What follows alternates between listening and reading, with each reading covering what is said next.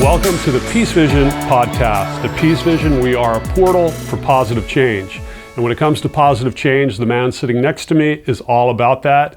David Essel, 11-time author, several New York Times bestsellers. And he is all about helping us all make positive change in our life.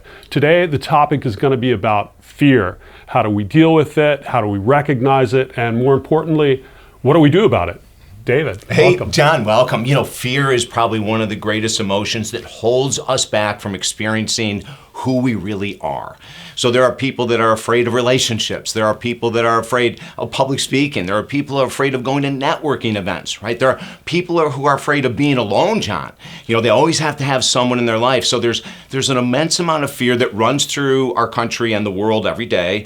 There are some events like the 2008 economic crash that brought up all kinds of fear. The pandemic also, all kinds of fear. So some fear is really valid to have, but a lot of it, John, is not necessary at all. How do we know when it's getting in our life, and what natural steps can we take to overcome it? Yeah, well, some examples of fear would be people that start to isolate more. They're pulling away from friends and family. They're afraid to be who they are. There are other individuals, like during the economic crash, that go overboard with hoarding. If you remember back in 2008, they got so afraid. As a matter of fact, it happened during the pandemic as well. You know, we became so afraid that we weren't going to have enough food and toilet paper and all that we act irrationally. And that's the sign of fear. We're reacting in a way we normally don't. What do you recommend to your clients that come in and talk to you about this? Yeah, and this is a pervasive problem. You know, we work with people every week about this, and we say the number one thing to do is to choose one area of life that you're most fearful of. As a matter of fact, we have a book, Focus, Slay Your Goals, that talks about how to find that one thing that's holding you back in life. So if someone has multiple fears, let's say they have a fear of water, and they have a fear of intimacy, and they have a fear of going to networking events, like they're just filled with fear, we say, what is the one that's holding you back the most? And then in the book, we give you step-by-step process of how to identify that one fear and then what to do to reach out to change it. Now, I will say this. If someone has had a fear for any length of time, John, you're not going to probably be able to accomplish it or overcome it by yourself. Look for a professional. I mean, Peace Vision, the portal for positive change. This is the place to come. Look at all the different articles, books, programs available to help you recircuit that mindset so you take fear little by little and reduce it. Not too many people are going to stop a fear of water overnight or stop a fear of being open and honest in a relationship overnight. So we want you to have the tools, which Peace Vision offers. And then there's professionals too, counselors, ministers, rabbis, life coaches that can help us get to the core, the origin of the fear, and then proactive steps to change it.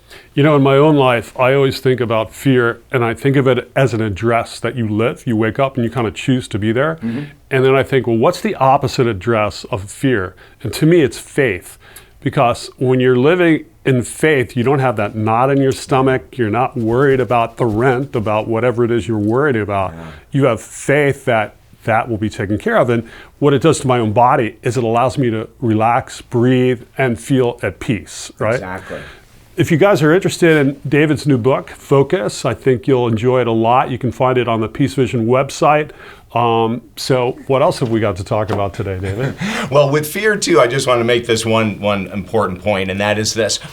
We want to move through it slowly.